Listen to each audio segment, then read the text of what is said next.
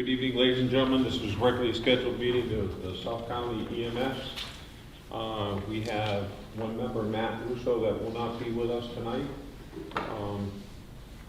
Chief, let's call to order at 6 o'clock and we'll get the ship rolling.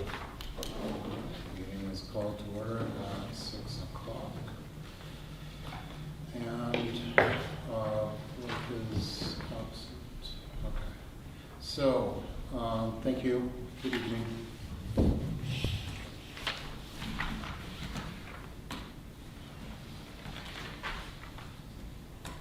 So, in your meeting packets, the first thing after the agenda are the minutes from the last meeting. If everybody's had a chance to review those, is there a motion to approve the minutes? I motion we approve the minutes as presented. Gary seconds. All in favor, signify by saying aye. Aye. Aye. Unanimous, Chief.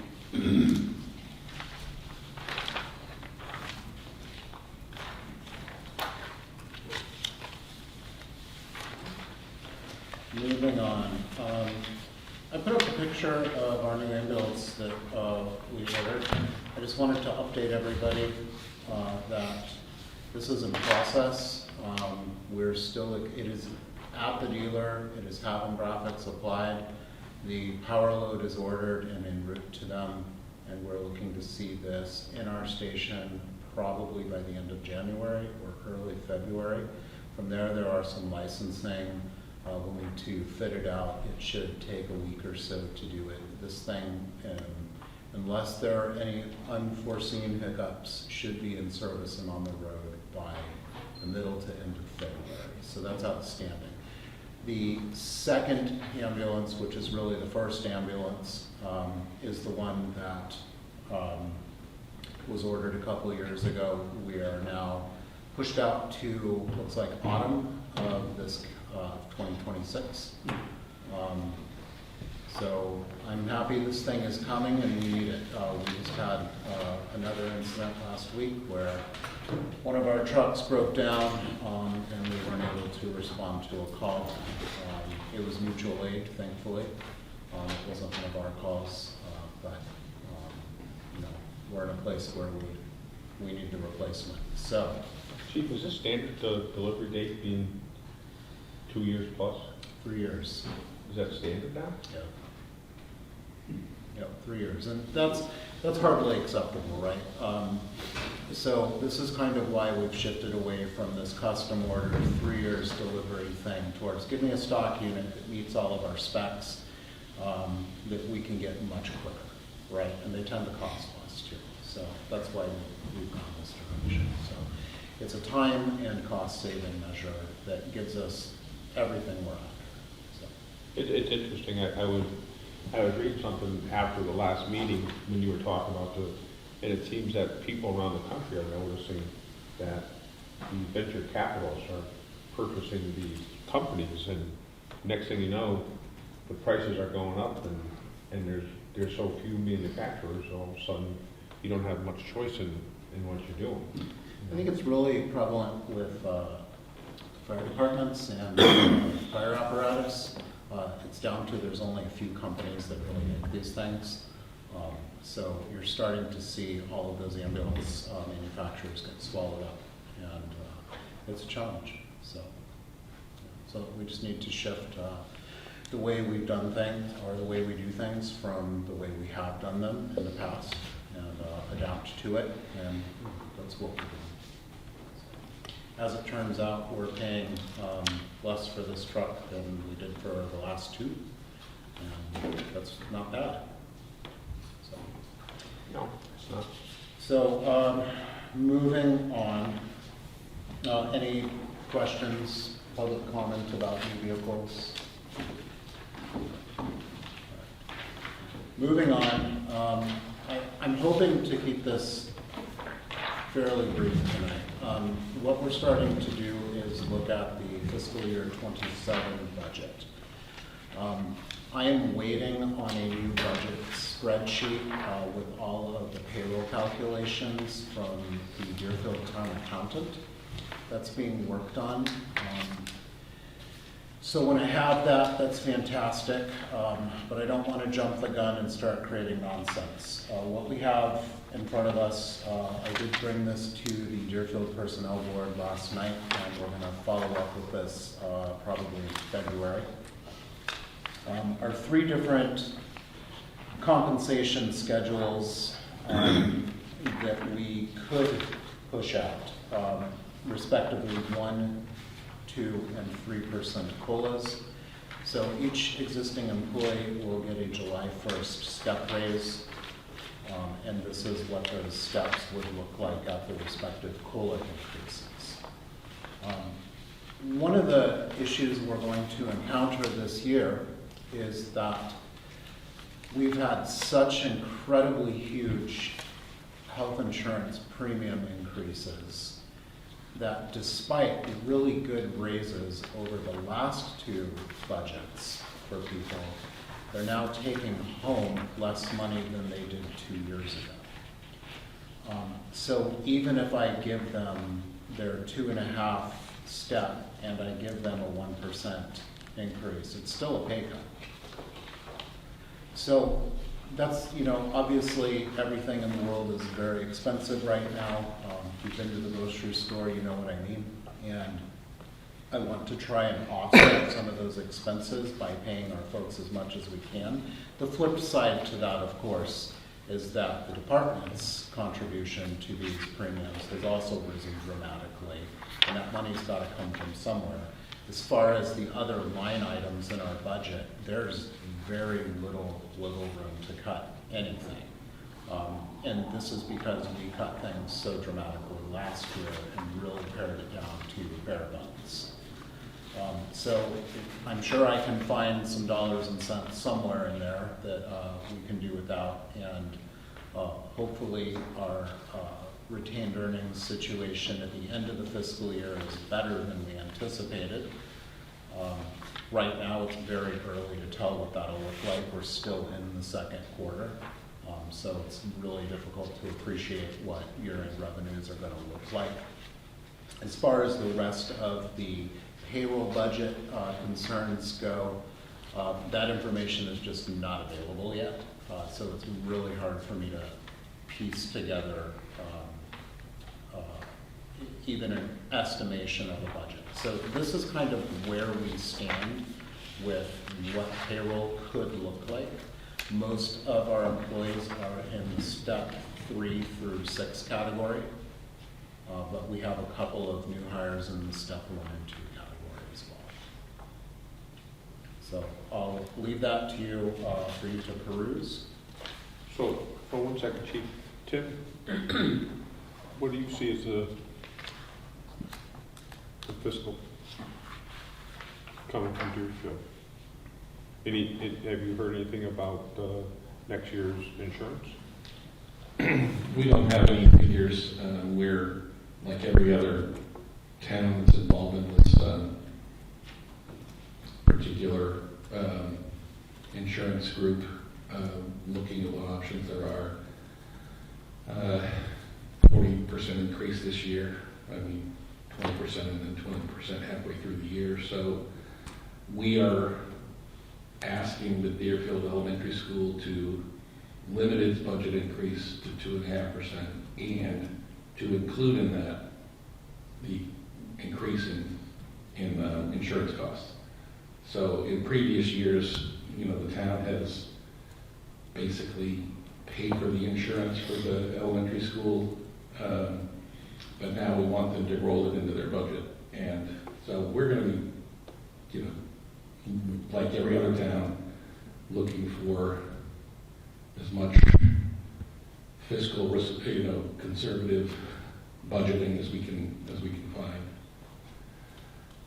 So you're asking the schools to put the healthcare in their budgets? Well, the Frontier already does it because it's for town, but for whatever reason, Deerfield never had the elementary school health insurance wrapped into. This is what I've been told anyway. And he's not the only town. Deerfield's not the only town. Yeah. So, because it's not a regional school, I guess it's they're town employees, and you know, but it's, you know, the two schools are the biggest expenses the town has, and, you know, we need to try and tighten our belts. So, in South County, COLA is governed by what the town of Deerfield Right. And makes a recommendation, right? we haven't had a recommendation about what the COLA is gonna be. Personnel's meeting on that, I think. Okay. So yes and no, to speak to that. We are separated from the townwide class comp scale. We have our own pay scale, so these Right. don't represent the townwide class comp Right. anymore as of the last fiscal year. So we could do something distinct from what the townwide recommendation is. However, my intention is to use that townwide recommendation as guidance to inform what we do based upon the needs of our own budget. Right? So, Yeah, no, I was just speaking generally because Yeah. Tom asked generally.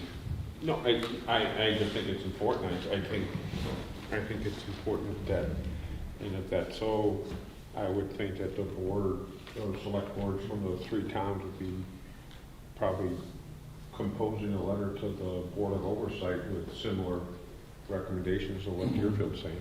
Also. Yeah. And, you know, speaking as one individual, you know, basically been discussing the fact that our employees pay 35% of their health insurance costs. For retention and other reasons, you know, we may need to look at that percentage. It's become so expensive that, as you mentioned, these increases have almost made me work for less money. So it's a challenge, and I don't know what we're going to come up with. So we're in the same situation in Sunderland. We have wanted, you know, and Tom was on the board even when we want to start increasing the town percentage, lowering their percentage, and with these increases, there's not money to make it happen. Yeah, and we're in the, I'll just reiterate what's been said down there. We'd love to do more for employees, make it easier for them. On the other hand, we don't even know how big the insurance increase is going to be, and we have to assume whatever we think it's going to be, it's actually going to be bigger than that, based on past experience.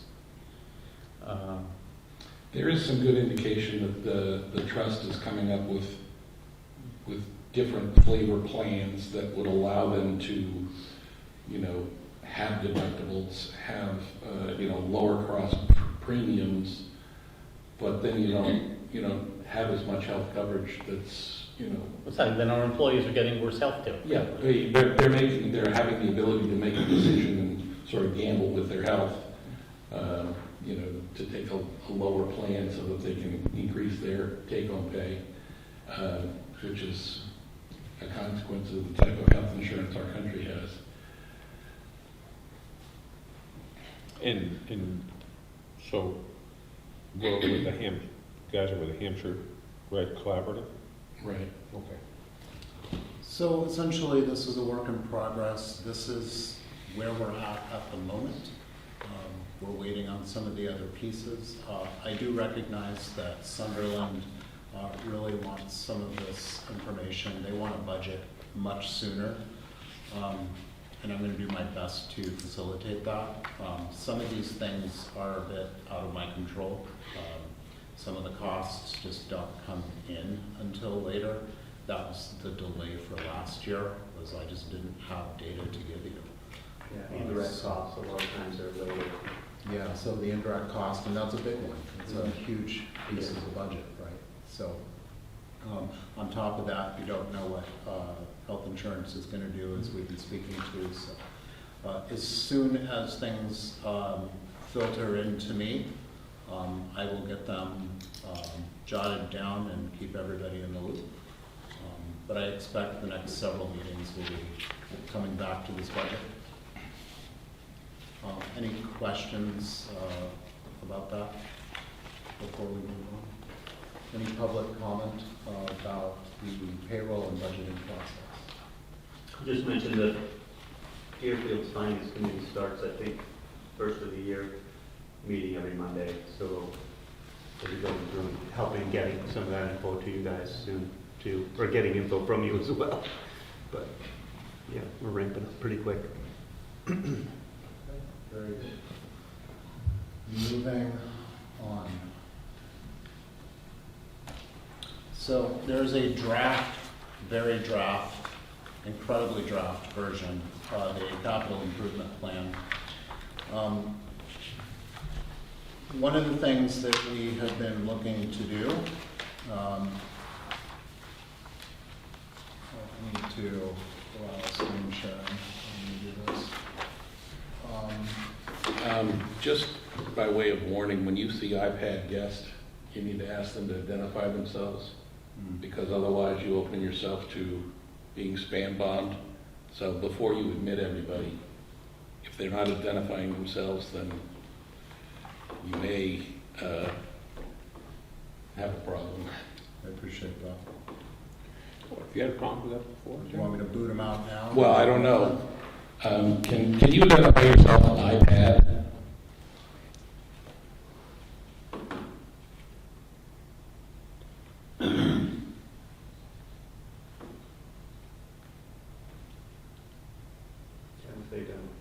no microphone. Yeah, I would bounce them out if They look muted, right? they want. Yeah, they are muted, and you know they get in and they do these little shenanigans, and then something pops up. Do you want to?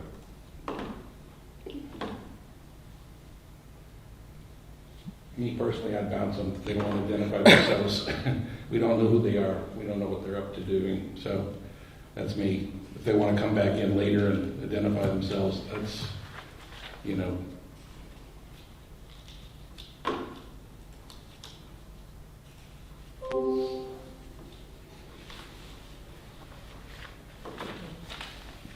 See if I can share this here.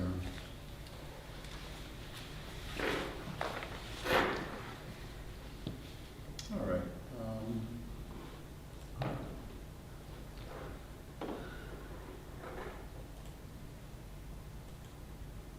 Yep.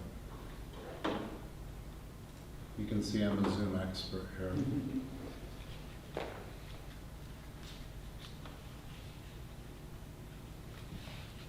Okay, let's see if this comes up. All right, here we go. So each of you have a paper copy of this just to peruse.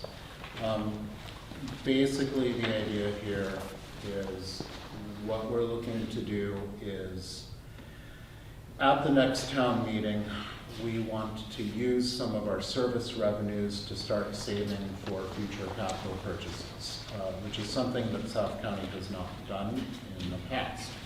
So this takes a couple of steps to make happen. The first is we need a vote at town meeting to authorize the creation of the account that we can put money into. And then the second part of that is this gets attached as a piece of our budget that directs the money that goes into that account. So the plan that we had all been working towards was to do 3-year ambulance purchase. So if we look at the overview, we have this first column of fiscal year 26 approved. That's what's already going on. So for fiscal year 27, we're expecting some big increases. So, and we'll have 2 brand new ambulances. So I'm not really looking to put anything into it except for a single medical equipment capital purchase. Fiscal year 28, it goes up to the $115,000, which is just the cost of a new ambulance at 6% increase of this year's cost, which is what they're quoting me. Split out over 3 years, and then as we move on, I can we see in fiscal year '23, we have another ambulance, which is another 6% on top of that, and so that's split out over those 3 years. There's obviously a lot of room for revision to this spreadsheet, and there are different methods we could go about splitting up those savings into the account. What do we have here? iPhone guest.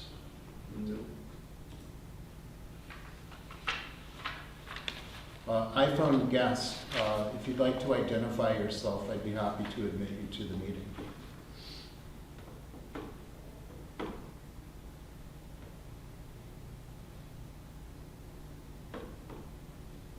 I'm not sure if they can even hear or see that.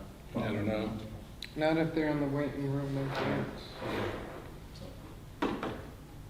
So, So you have to admit them, ask them to identify themselves. If they don't do it quickly, then Hey, iPhone guest, can you go ahead and identify yourself for the board?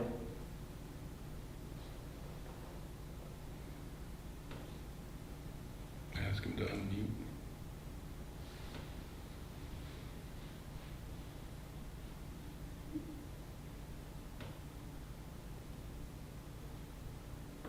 Hello, are you there? iPhone. Okay. Hi, Lori. Welcome. Okay. So this is kind of the idea. Again, room to revise. This is an overview meant to be a working document that this board can collaborate on and come back to be presented for town meeting when it comes up. Moving on to funding sources, I've just made a list of our funding sources. How we anticipate spending from them in the upcoming years. This just includes ambulance purchases. I haven't included very much else. The next page, we're looking at vehicles, and these are the vehicles. Again, pretty simple. Building costs, now we do have the rent fund, which can cover a lot of repairs and maintenance with our station itself. So there's not a lot we will be due for based off of the anticipated lifespan of the generator. We will be up for a new generator in fiscal year 2029. We can, of course, have that evaluated, and that could be extended. Its life could, survive beyond that expectation. It certainly seems in excellent working order. We had no issues, so, but that's in there. Looking at equipment, all of our life packs, we're going to be looking at replacing those in 2034. So that's going to, in the next several years, have to be built into it, but for the time being, they're in good repair. Also, those models won't exist, so there are other devices that are being put to market currently, so it's a little challenging to plan for at the moment. So equipment-wise, we're in a pretty good place. I do have a wish list of things that I would like to get for us that would be really useful devices for our service to elevate the care we provide. So we see some of those. And then the last page is our current assets. When they went in service, their lifespan, when we anticipate that they will need replacement, how much they cost, and how much they have depreciated. So that's there for you to enjoy. Again, some of these anticipated expirations can be revised.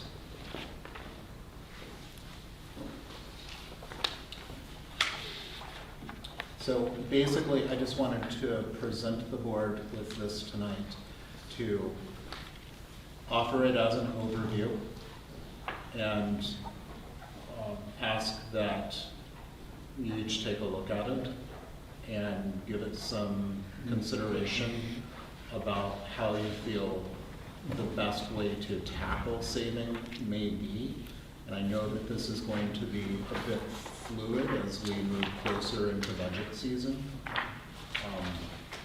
You know, some years we may not split this equally amongst 3 years. We may be in a better position one year than we are in another. But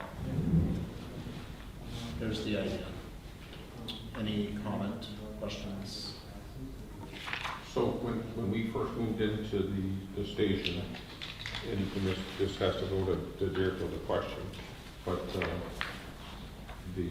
there was, and I wish Matt was here because he was a big proponent of this, is that Matt in particular asks every year if the town is charging enough rent to cover these expenses, because the rent was supposed to be going into a fund to fund a lot of these things. So I guess I would ask Tim and Trevor if and I'm just putting on my Matt Russo's hat right now because he's not here, if the town is charging enough to South County to cover anticipated expenses. So,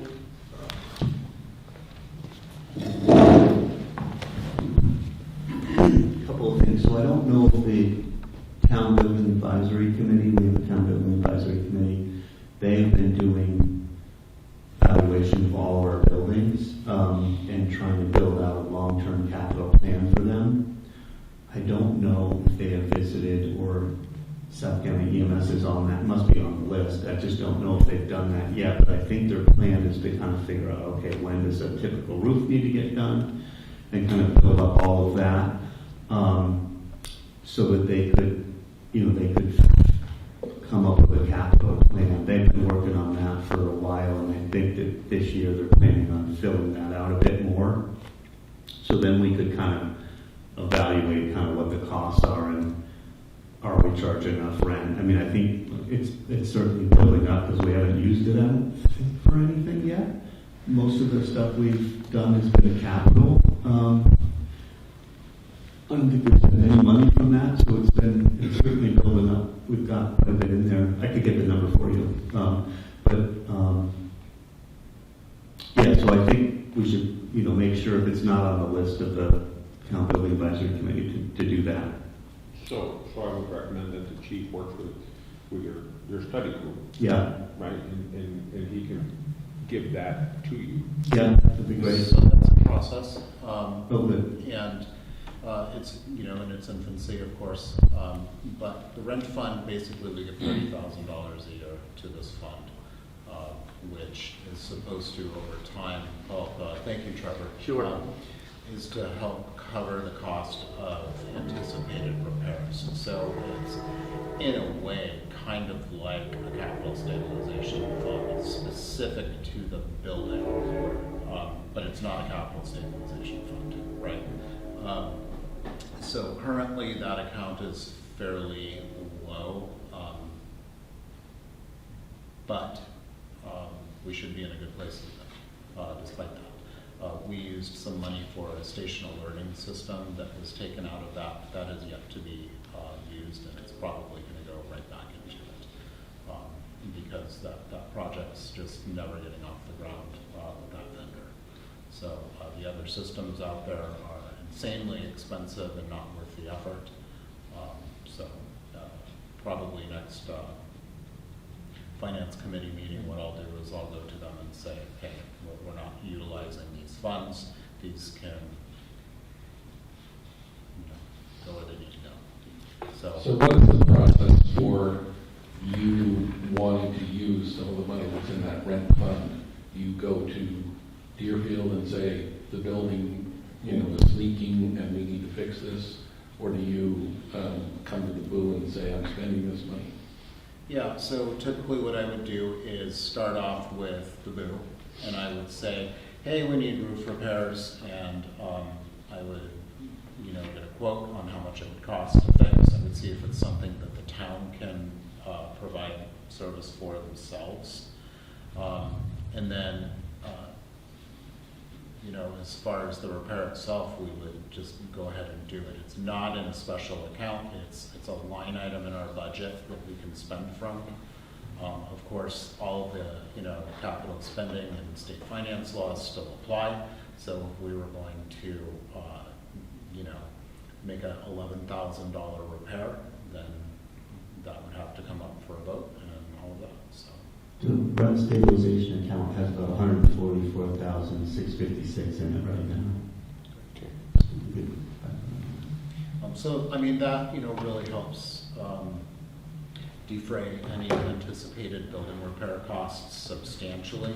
And that's money we don't have to put aside into the CIP to plan for. That's good. So does the, do you know, Tim, if the Deerfield, whoever is you're in charge of your facilities, do they visit, look at the?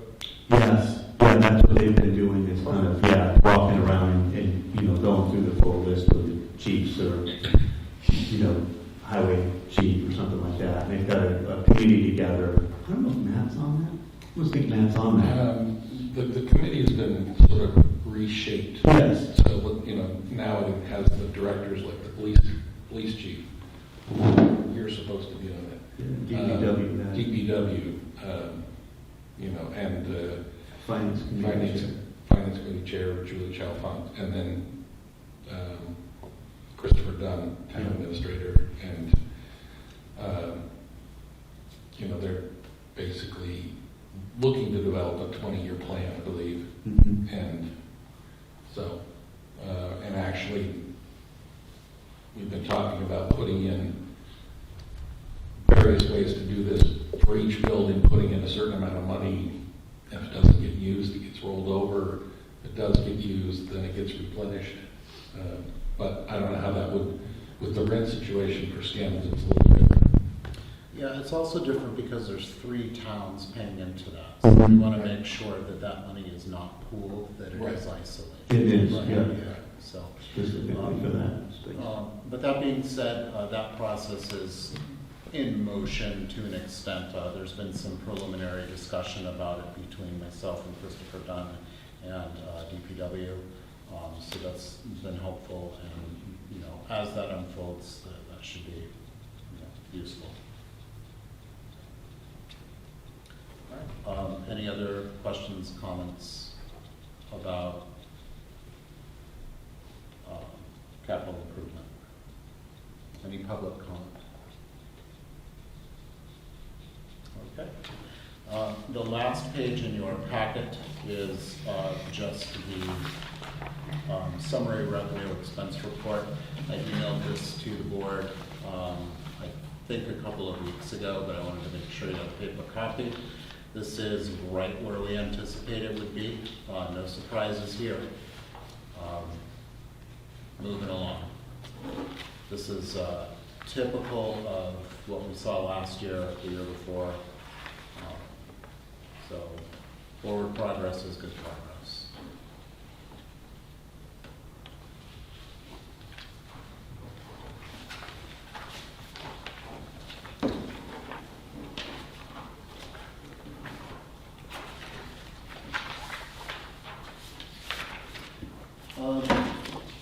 Does anybody on the board have any new business?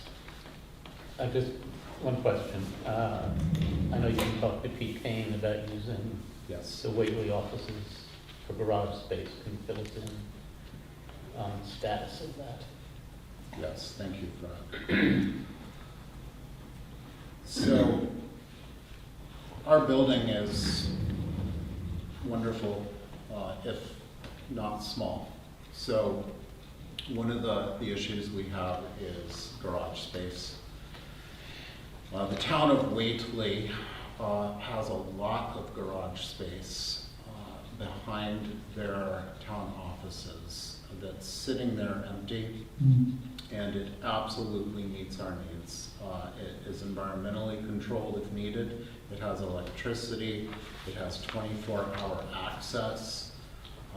It's secure. And that's all we need is storage. The biggest benefit to it is that it is super close. It's right at their town offices. We can be there in minutes. So the idea is we could store our real backline spare ambulance at this facility. And if it came up that we knew we were going to need it, we could go prep it and bring it to our main station ahead of time and be all set. We would build out a process where probably weekly it would be the responsibility of a crew to go in there and evaluate it, check it, make sure it's plugged in, make sure it starts, things like that, make sure there's not birds living in it, you know, all of that stuff, right? Just to keep everything in good order. We could also rotate the spare ambulances in and out of there weekly. That might be another solution, just to keep things, you know, exercised. And so there's all kinds of possibilities, but we're looking at that space. So I reached out to the Whately town administrator, Pete Kane, and Fred Barron, and basically they've sent me back, Pete sent me back a document which is a legal ease rent agreement, like a lease agreement. There's no money attached to it, but I suspect there will be money attached to it. So that would be something we would need to budget for, and I don't have a figure on that. I've asked Pete to please think cheap, because this is not the year for us to be spending more money, as you know, evidenced by our previous discussion. So we'll see what they come back with. I will bring that to you once we have a better idea of what it looks like, and it's beyond a draft form.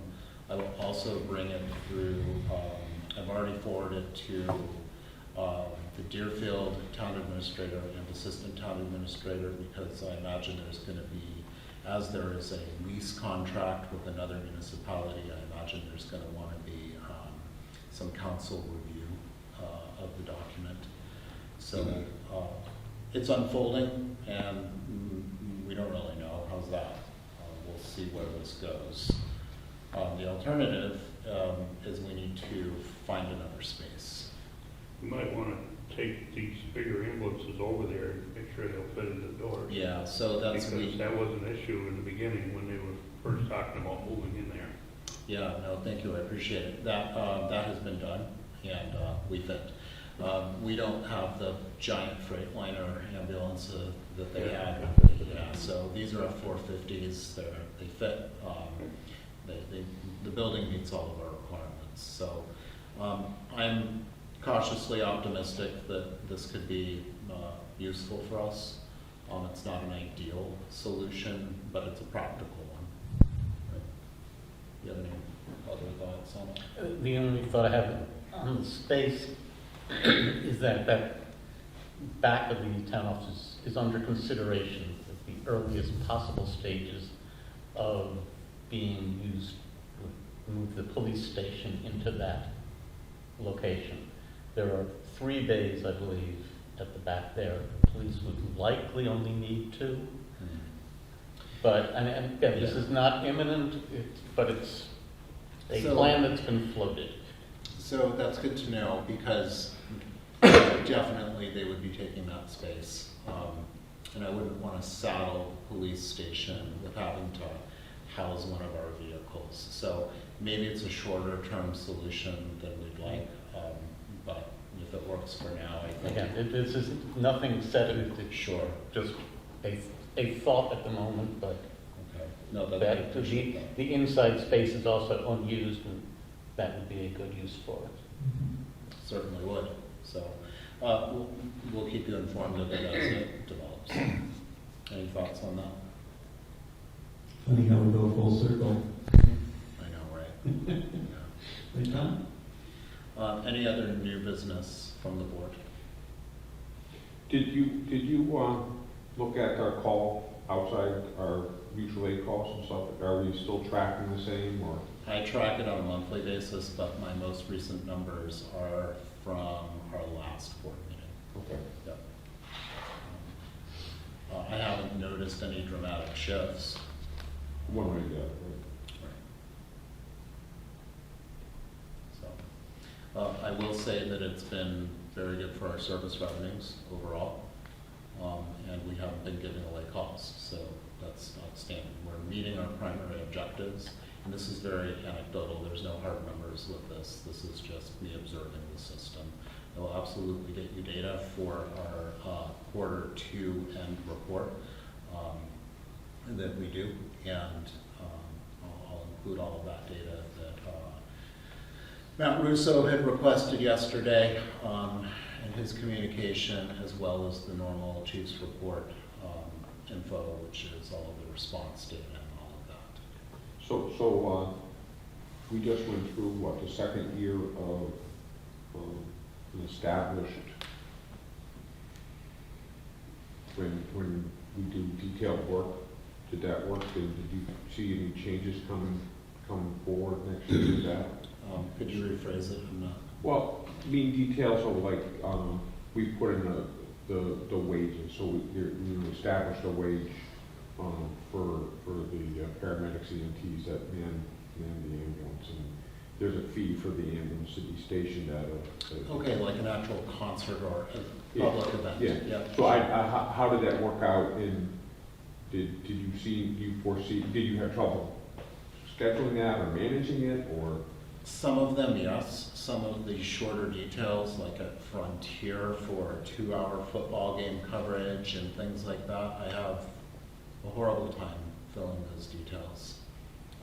Some days it's impossible to get anybody, and I have to reach out to them and say, I'm sorry, you need to look elsewhere, because I can't do it. The treehouse, the cyclocross, the D2R2, the marathon, all of those events are very well staffed. They tend to be long, 6 to 8 plus hour events. We've had no trouble staffing those at all.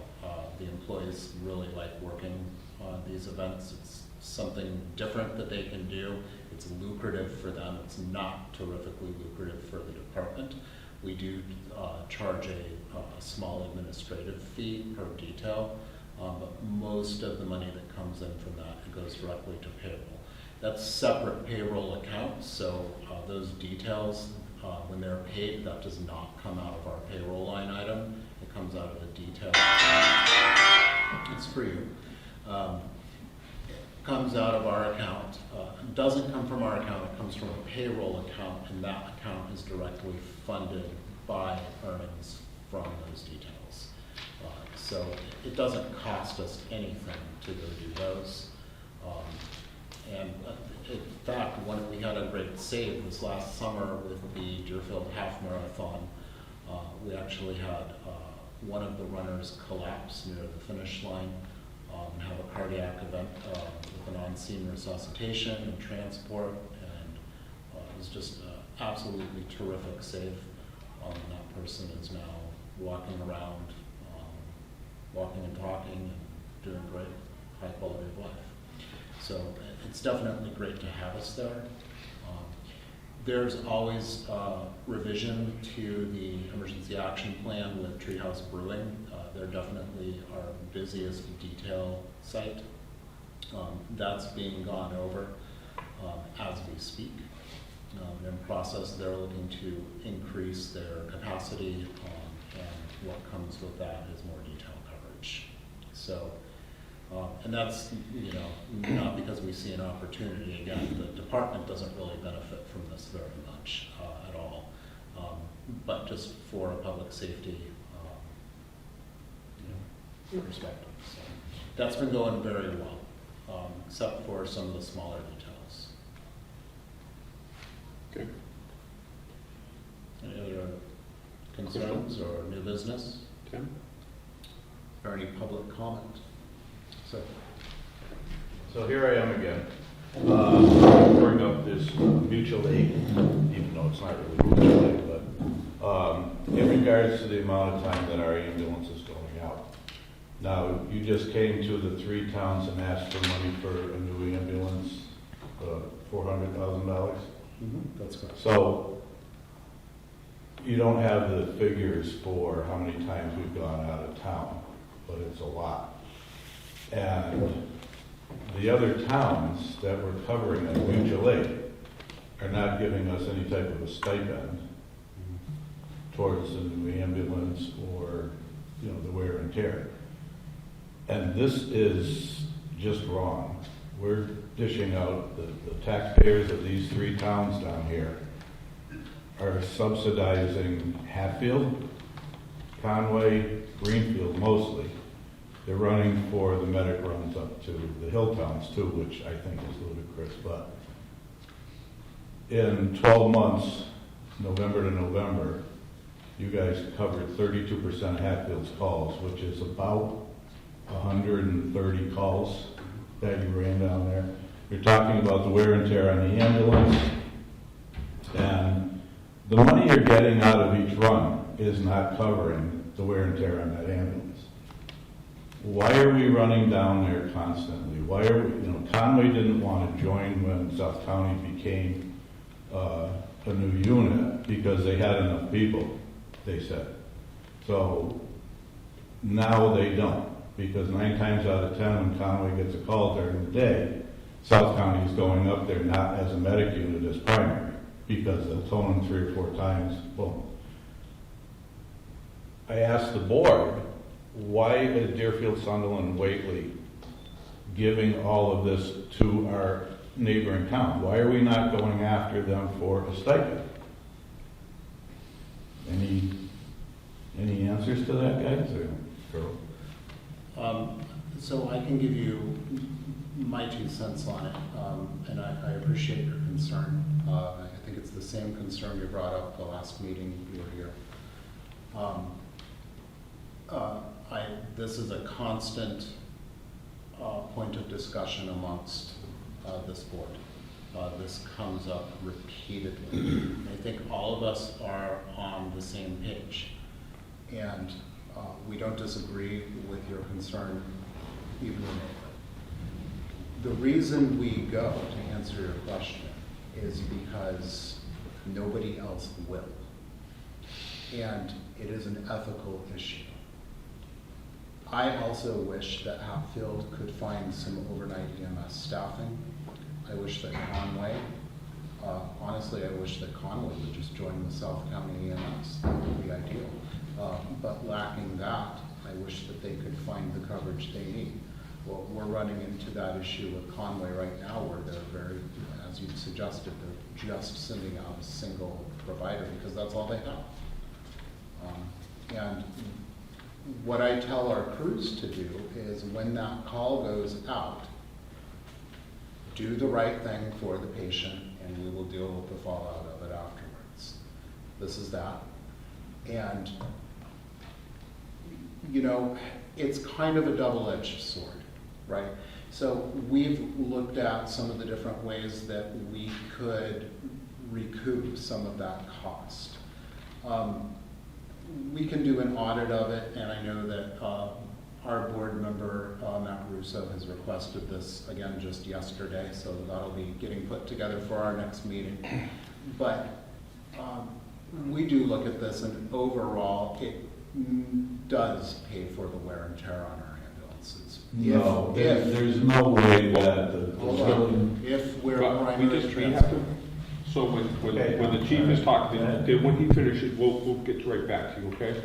So the cost we recover on a transport is far greater than what we get if we intercept. It certainly more than covers payroll, the very limited supplies we use, and the vehicle maintenance for doing a single call like that. Yes, over 130 calls, it does add up, but so does the money. So right now, 30% of our service revenues come from providing mutual aid, 30%. So I understand your perspective, and I don't disagree with you at all, that it can seem like we are subsidizing those towns. But another way of looking at this is those towns are subsidizing our program, because even though the town itself is not paying, those calls are being billed, and we are recovering funds from them. So that substantially, 30% offsets our cost. That's incredible. I don't want to give that up. Now, we've talked about an apron charge as one possibility that we tack on a service fee every time we go out the door.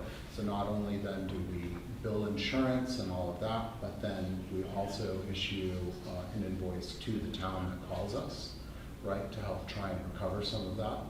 We've talked about maybe instituting a flat service fee, which just says, okay, look, we're doing 30% of your calls, especially overnight. So this is what it's going to cost if you want us to keep doing that.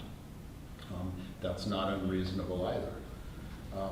We've even had discussions of what it would be like to bring them into the fold and just make it official, right? Now, we've not had that talk with Hatfield. They have their own path to follow. Conway's a different story, and I don't know where that will develop. It is being talked about. In the meantime, I don't believe the financial hit is as devastating as you might think it is. It's actually beneficial to us. And because of that, and you're shaking your head like, no, it's not, but I'm telling you, yes, it is. Basically, Chief is, the board has asked the chief to provide us figures for just what you're asking. So to look at what we're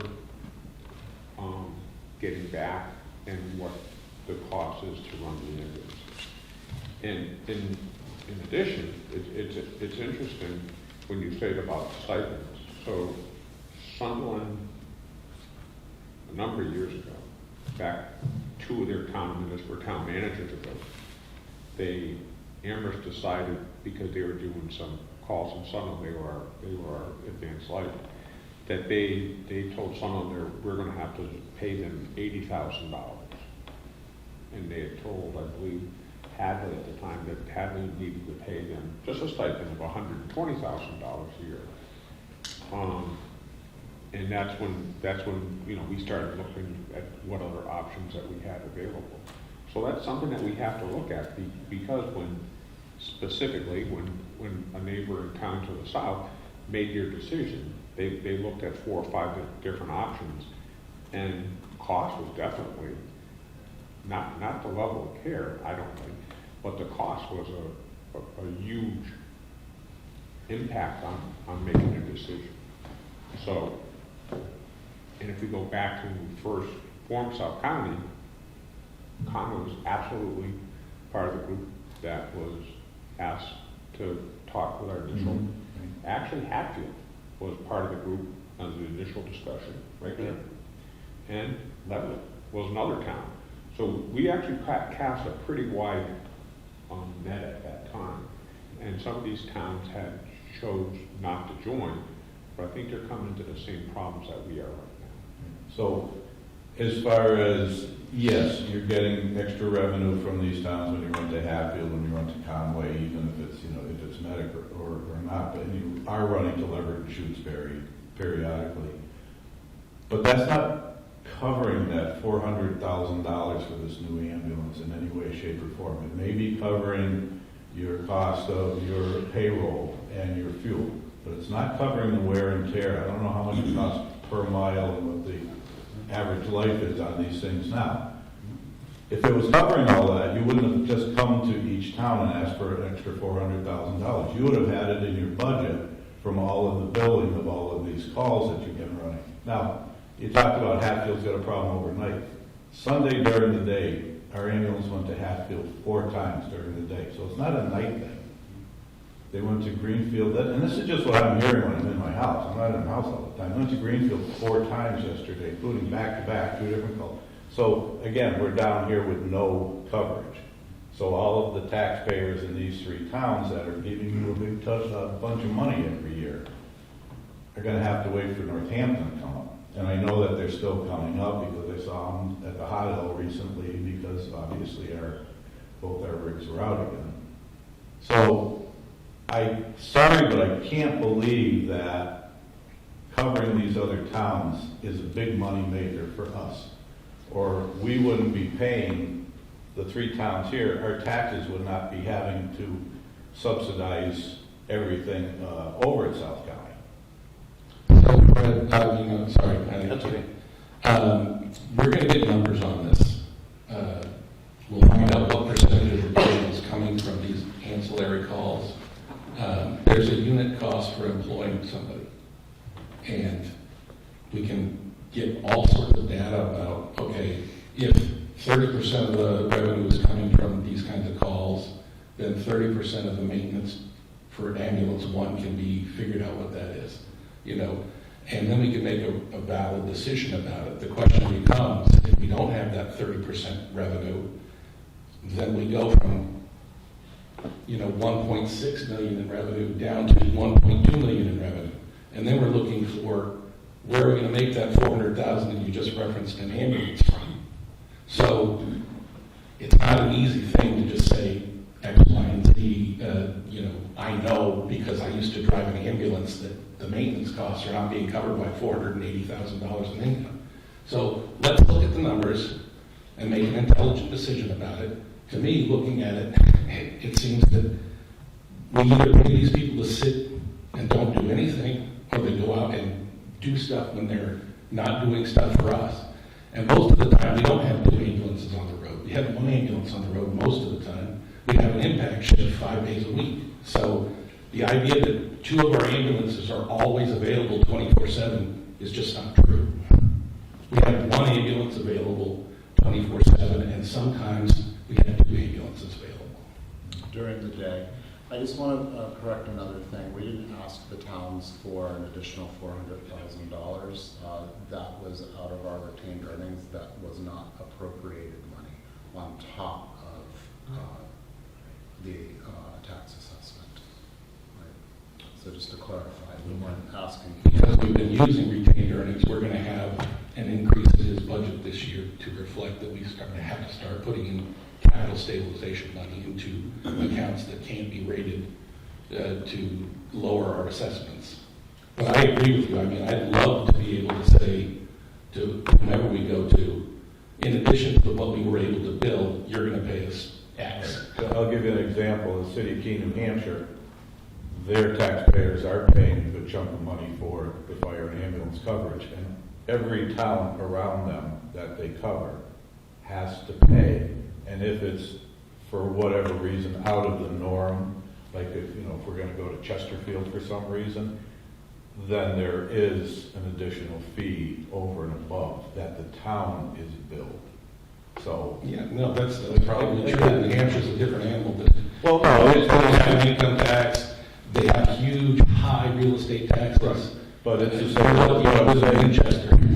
What I'm saying is that they're getting money out of each town Right. to provide that service, plus the billing of the insurance afterwards. Yep. And as I said, I'd love to be able to come to an agreement with these towns. Well, What there's no reason you can't. What may occur is that they just Hatfield. I don't know which town it would be. Okay, they stop toning us and they start toning Amherst. Yeah, it's shifting the burden, but it's hurting us because we don't get any money at that point. So what we do when we look at our call volumes, there's a lot of different performance metrics that we can look at, right? We can look at how many calls did we do, we can look at response times, we can look at mileage, we can look at mileage costs, and mileage costs are not as useful of a number as you think they might be because they change dramatically depending on the distance traveled. So one of the things that we really like to look at is overall hourly utilization. And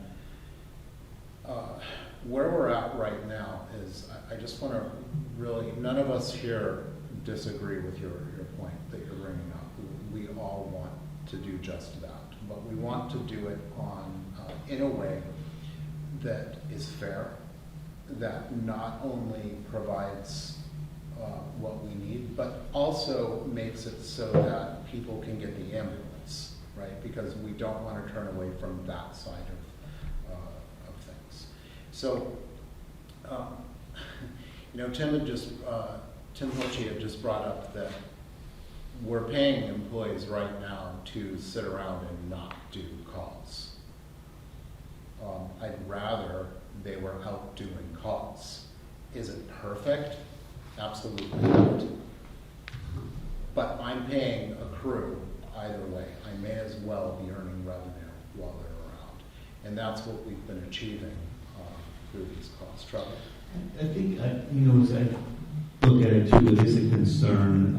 You want to get the data and figure out what's right. I liken it a lot to school choice, in that, you have this expense already, so you might as well get some revenue from it, and you can't always, it's not an even correlation. You do want to make sure you're getting covered, but there is some times where you're not going to get coverage, and there's some times where you're going to get that revenue. If you don't have, like we did no school choice, sure, we could kind of slim down everything, we'd lose a lot of the benefits of having, all of those students and all of that activity and that money.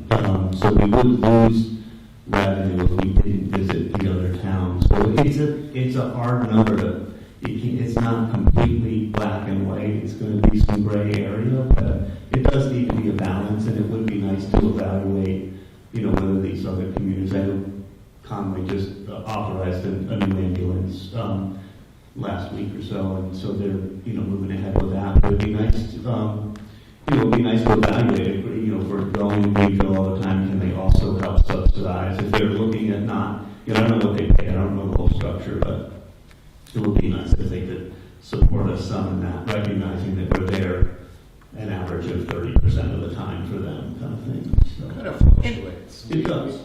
We see, last year we saw a greater proportion of calls into Greenfield.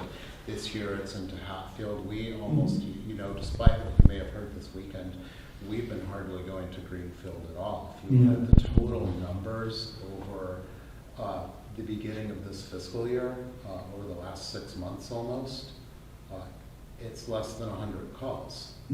Well, that's less than any time in the last 10 years. Yeah. Right, so it's dramatically lower than it has ever been. That's going to change. We just hired 2 of their overnight employees, so I see them calling us more and more. But it always comes in waves like this, and I don't know. Speaking to what Trevor said, absolutely, right?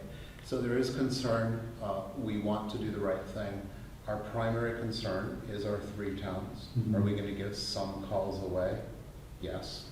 Usually it's because of a second call in Sunderland, if you look at the data. Not because of Yay, Sunderland. They're usually at my house, no. The frustration is that if you're a member of one of the 3 communities that support South Common, right? You say, well, people just sit around not doing anything. I choose, the town has chosen, the residents have chosen to pay for that. We pay that so that we tell we have an 7 minute, 30 second, 8 minutes response, right? Well, if the ambulances, in this, I think I'm paraphrasing what you're saying. If the ambulance is in Hatfield and someone's needed up where Carolyn lives up, what road's that? Old Albany. Yeah, Vermont. But when you look at her, or it look at up in North Sunderland, my response to get somebody from Northampton, it's going to take a half an hour. It's going to take a half an hour from, well, I paid for 7 minutes and 30 seconds response time. I want that ambulance available for the residents of our community. And if I'm telling a resident who's paid for 7 minutes and 30 seconds that, oh, I'm sorry, you can't have it because our ambulance is in some other community, how can I look at that person straight in the eye and say, you should continue to pay the taxes when someone else isn't contributing to that? So, That's what you're saying, right? Yeah, I think we all agree that in a perfect world, the one ambulance that's always available would be available when you needed it. But let's just take an example. Okay, let's say somebody at Woolman Hill has a heart attack. Our ambulance goes there.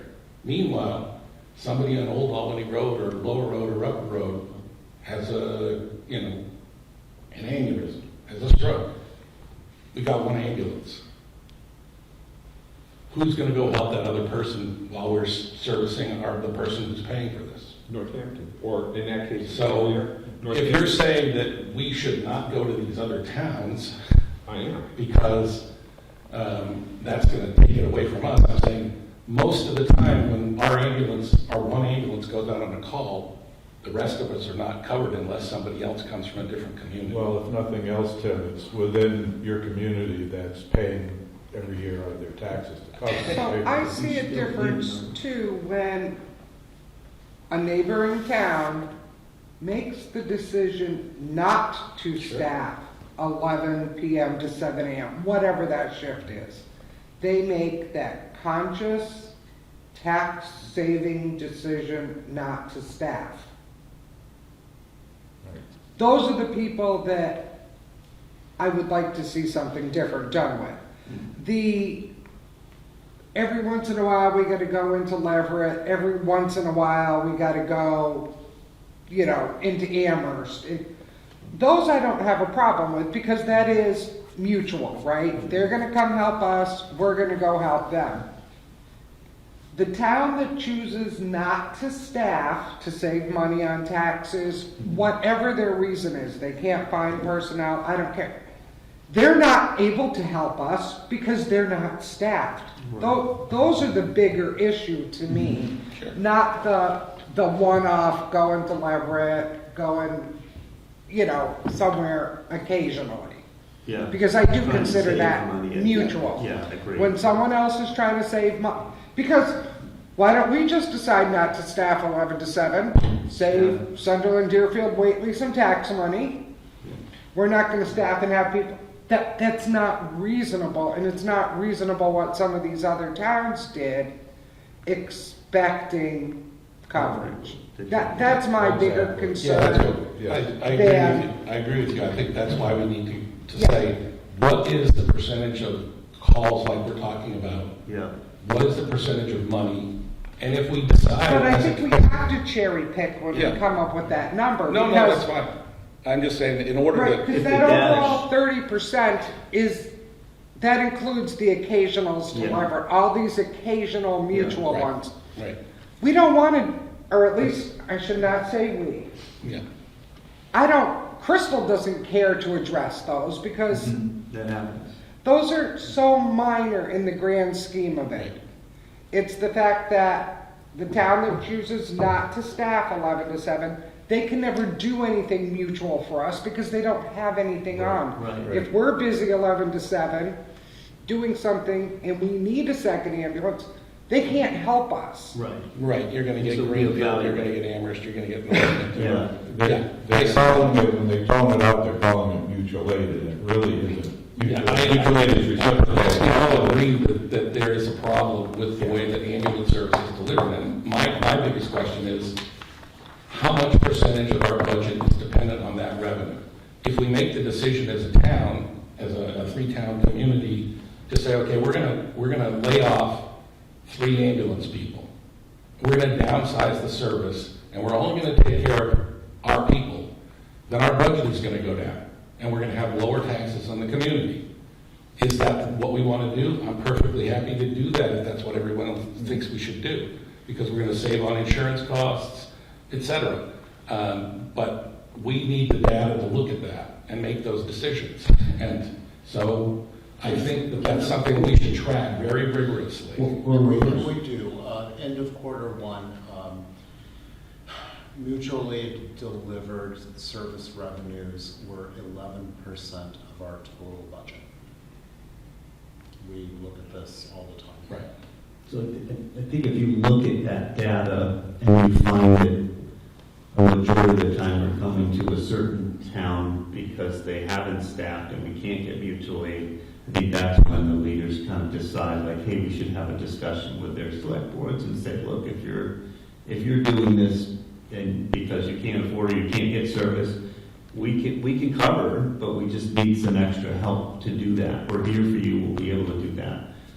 So it's just, yeah, it's finding out that data, like you said, if it's one-offs here or there, not a big deal, but if it's a pattern because of deciding to limit for one reason or another what you want to service for your community, and we find where we end up having to do that, then that's the discussion. So it's really that data to find out when it's happening and where. But don't forget also that as mutual aid called into one of our communities, we lose money. Because so if the ambulance has gone someplace else, it's another community, and we have to call an ambulance up into our. We don't get that revenue. We lose revenue. Well, you're getting the revenue from the call that you're on. Hopefully. Well, yeah, I mean, that's why I keep coming back to we have one ambulance on. So anytime we need more than one ambulance in our 3 communities, we're relying on somebody to come from another town. I think that in the abstract, it's easy to suggest that we have all this resource that we don't really have. But I agree with Crystal. If some town has made a decision that they're not going to staff from 11 to 7 overnight, then maybe we need to go to that town.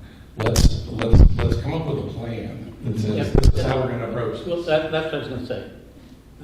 About the finances, is that I think we're in agreement, we want the other towns to pitch in somehow. Right. We've been talking about this since I've been on this board and well before. I think we need to start moving on putting together a plan, what we want to do. Do we want to be an apron charge? Do we want to be an annual blanket charge? Which town? And then start moving on the political front of going, and it's not easy going to a select board of a town that's been paying nothing and saying now you're going to pay.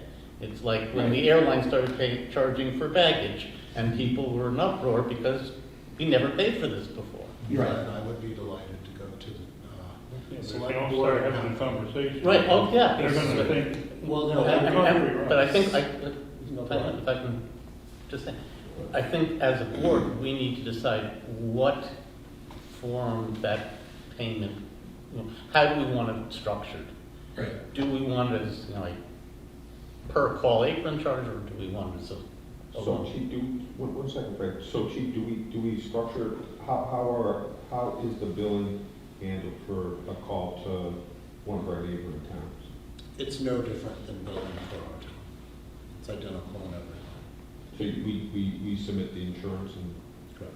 the individual is billed? Okay. Now we're talking about billing the town in addition to the individual. And so what happens if there's non-payment? Is it different than if it's a non-payment within?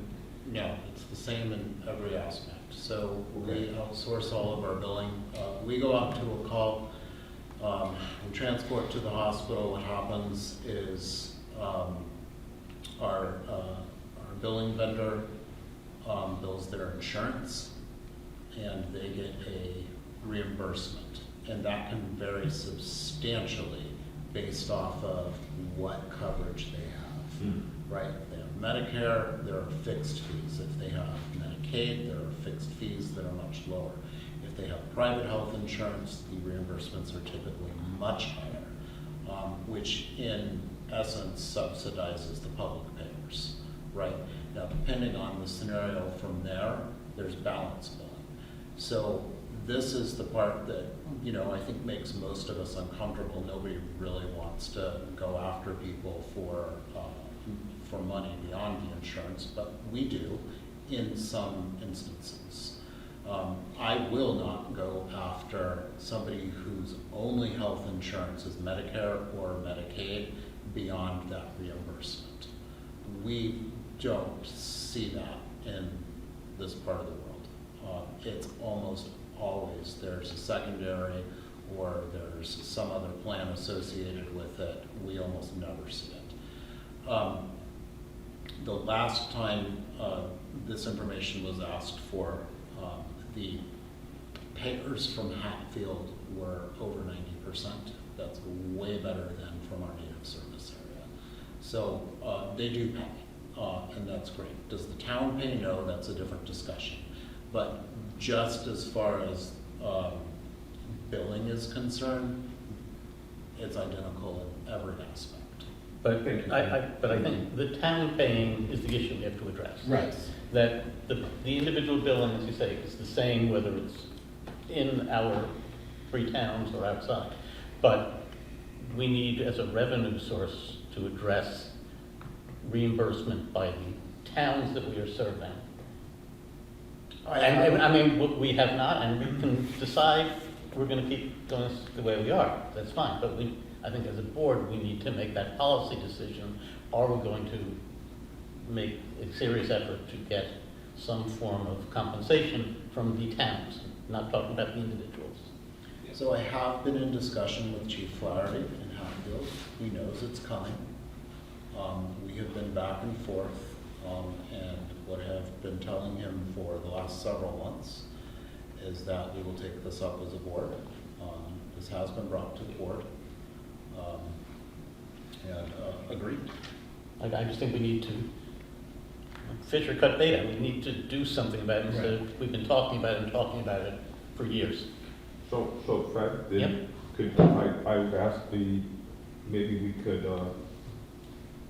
ask the chief to bring us a proposal at our next meeting. Or a menu of proposals in here, because, we're talking about the level of money we're talking about. If it gets too high, the other towns are gonna say, we're not interested, we're not gonna pay you a thing.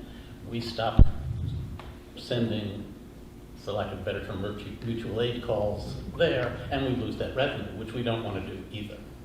So we need to find a level that works for everybody. Right, but it doesn't have to work for everybody. I think that's how I look at it. It has to work for and again, for lack of a better word, where this isn't a mutual experience, right? We're not gonna go to Hatfield and say, we want $12.37 for you because we did one call there last year. We want to address it only with that very We few. can structure it by saying, essentially, you get 25 calls for, 2 calls a month free, or, to 10, or 1 call a month, or whatever. We can make 2 plans. But I think you're, but using Crystal's example before, right? Yeah. If a community says that we're not gonna staff between 11 and 7, that then we should take, then it says, okay, well, we are, there's a value to that. That's a 30-year budget right there. There's a value, because we are staff, so there's a value to that. So, and I think that's what you're saying, right? I'm saying it's a complicated situation. We have to consider the other towns' positions as well. And is it worth, what Right, 'cause if we go to level of someone and service say- do they want to provide to their citizens? Right. Do they want 11 to 7 coverage? Clearly, they don't want to provide it themselves. What is they willing to pay for it? You could come up with all kinds of different metrics and say, okay, Hatfield, let's just use Hatfield. If we go to a call between 11 and 7, there's a $400 apron fee, or whatever the fee is. In other words, you're going to pay us and we're going to collect the billing, and if you don't want our service, don't phone us.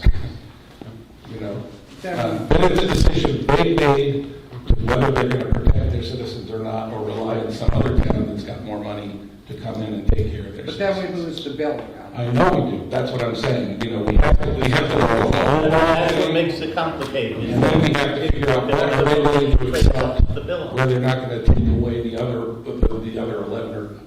This is why we need to have actual numbers about how much revenue comes from these outside calls. This was And- delivered at the last meeting. Yeah, it was, and we need to have it in a digestible form. If it's in a spreadsheet like this, it's not easy to figure out because there's all this other stuff in there. What we need to have is our revenue from taxes, our revenue from billing for our citizens, and then outside revenue. Yeah, but the variable that we don't know, the unknown, is at what point do the other towns say, Exactly. what, we're not gonna pay that much? Well, Right. so So- just so you know, if you looked at the study that Hatfield did a few years ago, Mhm. they made the decision based on Yeah. four or five plans, right? Mhm. What was the major number? They knew how much Northampton was gonna charge Yeah. to do the service.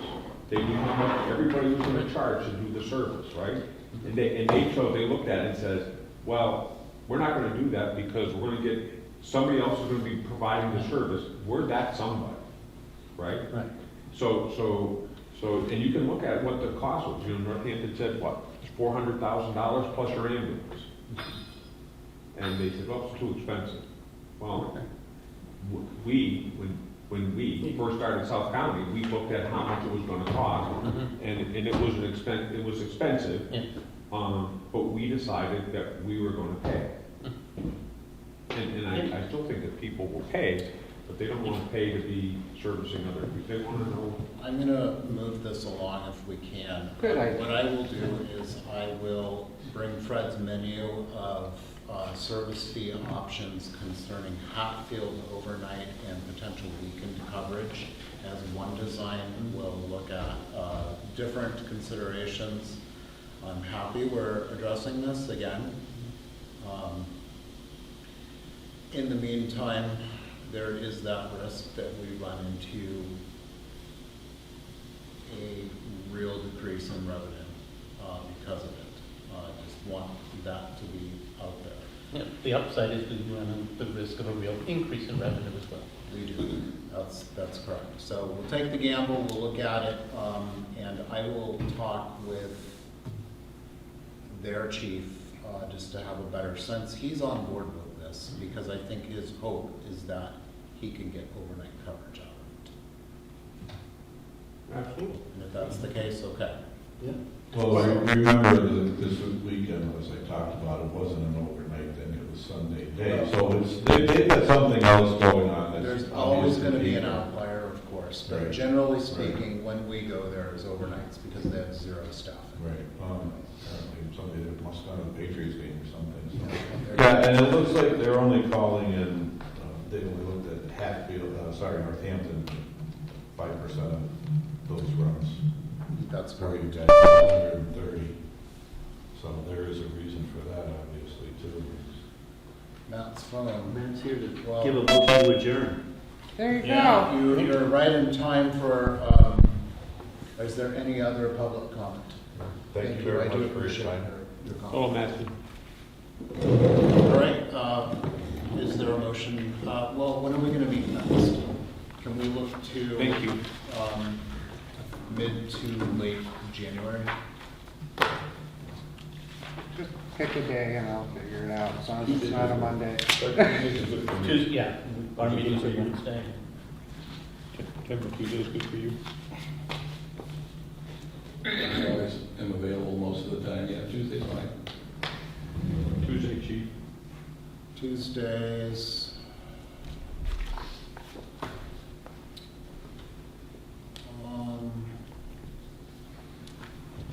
13? Perfect. Sounds like a Tuesday. Okay, and I'll update with the location. Probably won't be here, it'll either be Whately or Sunderland. Do you know how to use the technology in Sunderland? Me? Yeah, you. I'm old, so I don't know. Is there a motion? I motion we adjourn. Second. All in favor? Aye. Aye. Good night, everybody.